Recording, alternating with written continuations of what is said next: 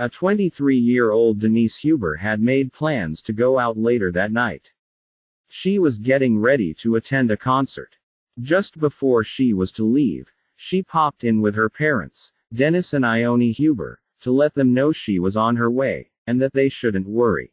She stuck her head in the door. We were watching television, and she just said, "I love you both, and don't worry about me," and she left.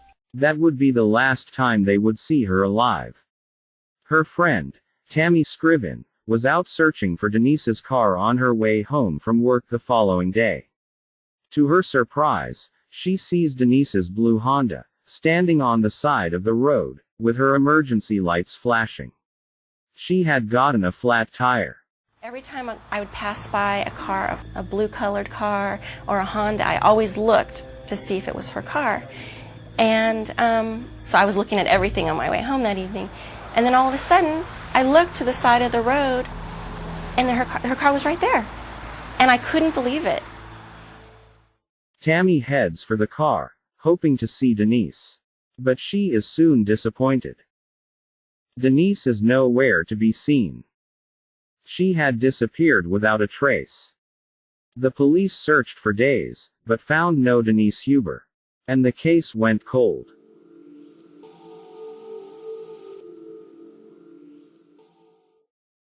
July 9th, 3 years after Denise's disappearance, Elaine and Jack Court pulls into the Prescott Country Club to buy paint supplies from a John Familaro. As the Courts conclude their business, they notice a Ryder truck standing in his driveway. It looked as if it had been standing for a while. The Courts decide to take down the truck's details, and plan to hand the information over to a police friend of theirs to check if it's reported stolen. And they get a hit. The truck is reported stolen. Deputy Joe DiGiacomo heads for Familaro's home. But he's not home. As he walks around the rear of the truck, he notices electrical cables running into the back of the truck. I looked at the truck and I noticed from the back of the truck, which was locked with it's a batten lock. It's very small, but it's real secure. Running out from under this door where the lock is a red extension cord. Leading Deputy DiGiacomo to believe that it was a floating meth lab. When the Ryder truck's door was opened, they noticed that the cable was powering a freezer that was hidden in the back. They eventually opened the freezer. And what they found shocked them. As they opened the freezer door, they see a black plastic bag. There is quite a stench coming from this bag. They begin to slice open the plastic bag. And what they found was a frozen human body. Okay, we have an arm and a thigh. Hands are folded. They handcuffed. Shortly afterwards, John Familaro pulls up at his home. He was immediately arrested. Police question Familaro about the discovery found in the back of the Ryder truck. But he chooses not to answer the police, instead asking for his attorney. The police had preceded the search of Familaro's home. His home was stacked with boxes. Police didn't know where to start. Female underwear. Right now taking out a small black woman's bag. A pair of black high heel shoes, but at least pumps. Should be noted also at the bottom there are some kind of fibers. After a while, they came across a female's wallet, with the driver's license and cards all belonging to a Denise Huber.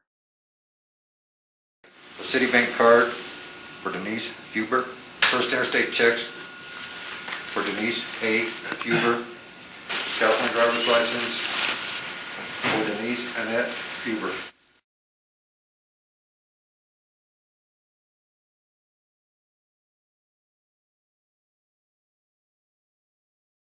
Using the fingerprint, the body was positively identified as Denise Huber. She was struck on the head with a claw hammer 37 times.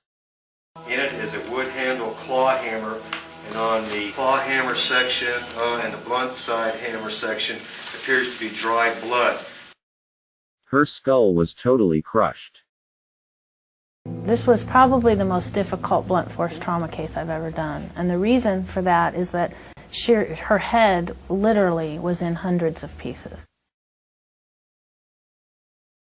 The trial carried on for over a month. So on the 18th of June 1997, John Familaro was handed the death penalty, after he was found guilty of kidnapping, and of the murder of Denise Huber. I hadn't given up, but when she was found, it was final. She was never going to come back. We were never going to be able to find her, and it was all over.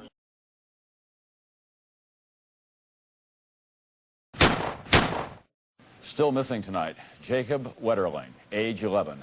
This was one more day of agony for St. Joseph, Minnesota, population 3,200. The kind of place where you don't expect a child to be kidnapped at gunpoint.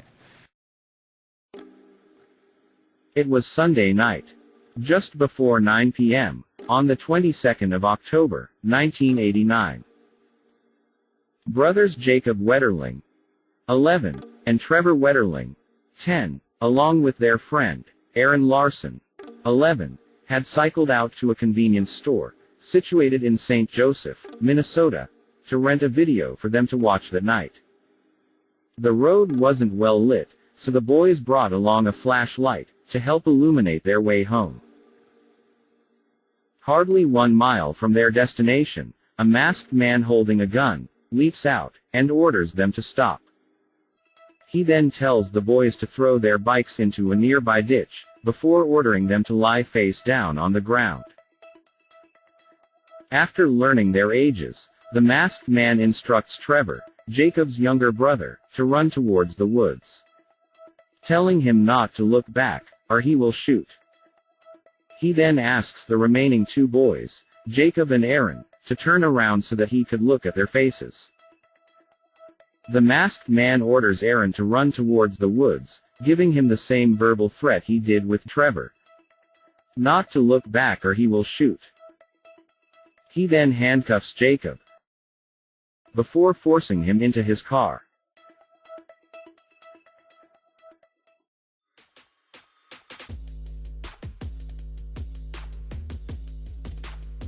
In May 2014, in the years preceding Jacob Wetterling's abduction, investigators were taking another look at a collection of child molestation cases that occurred in the Paynesville area.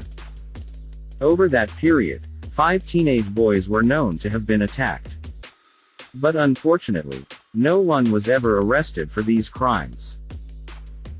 The police, once again, interviewed some of the victims. But after months of research, investigators theorized that these were not random attacks. Then, the police gets a hit on an unsolved child molestation case that dates back to 1989. The case of then 12-year-old Jared Shirel.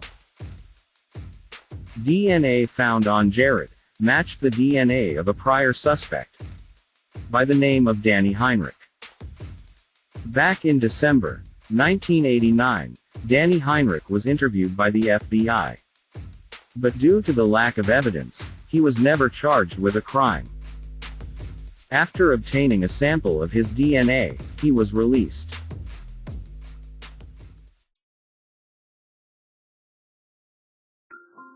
Unfortunately, after 26 years, the statute of limitations had expired for Jared, which meant that Danny Heinrich could not be arrested, nor charged with this crime. However, armed with a search warrant to search Danny Heinrich's home, police discovers his collection of child pornography, later leading to his arrest on the 28th of October 2015. Then, Danny Heinrich confesses to kidnapping and murdering Jacob Wetterling. Good evening. A stunning cold case confession today in Minnesota appears to bring a 27-year-old murder mystery that gripped the nation to an end, as a family that has lived with decades of anguish and uncertainty finally learned what happened to their little boy. Jacob Wetterling was just 11 years old when he was kidnapped and killed. Today, with Jacob's parents among those inside a packed courtroom, the man who said he did it described in graphic detail what happened that October day in 1989. He enters into a plea bargain and agrees to cooperate with the investigation. As part of his plea bargain, Danny Heinrich agreed to testify, revealing the details relating to Jacob Wetterling's death. Also, he would have to plead guilty to only one of the numerous child pornography charges the state had against him. On the 1st of September 2016, Danny Heinrich leads police to a burial site, where they unearth skeletal remains. Days later, on the 3rd of September, the remains was positively identified as Jacob Wetterling. Patty Wetterling states afterwards, "All I can confirm is that Jacob has been found, and our hearts are broken. I am not responding to any media yet, as I have no words."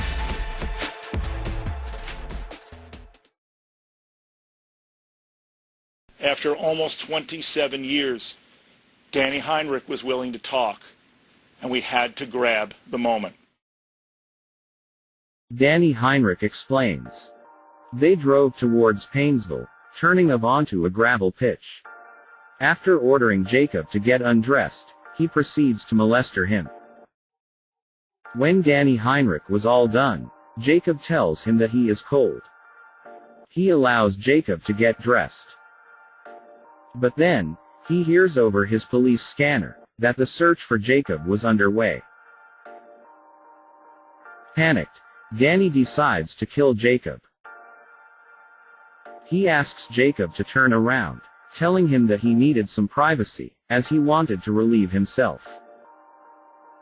Danny Heinrich then grabs his gun, points it at Jacob's head, and pulls the trigger. But Jacob is still standing. So he shoots him again. This time, Jacob finally drops to the ground. Danny Heinrich leaves, but returns shortly afterwards to bury the body. During sentencing, Judge Tunheim said, "We won't pretend that this crime and sentence is about child pornography. It is also about changing the lives of so many children and parents, who prayed for Jacob's return, and also feared you coming out of the dark. Every child knows the story of Jacob Wetterling. You stole the innocence of children in small towns, in the cities of Minnesota and beyond." Danny Heinrich received the maximum sentence allowed. 20 years behind bars.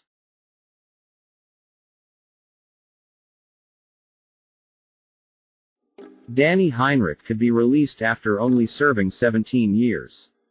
But Judge Tunheim told him that it was highly unlikely, saying, "This crime is so heinous, so brutal and awful that it is unlikely society will ever let you go free."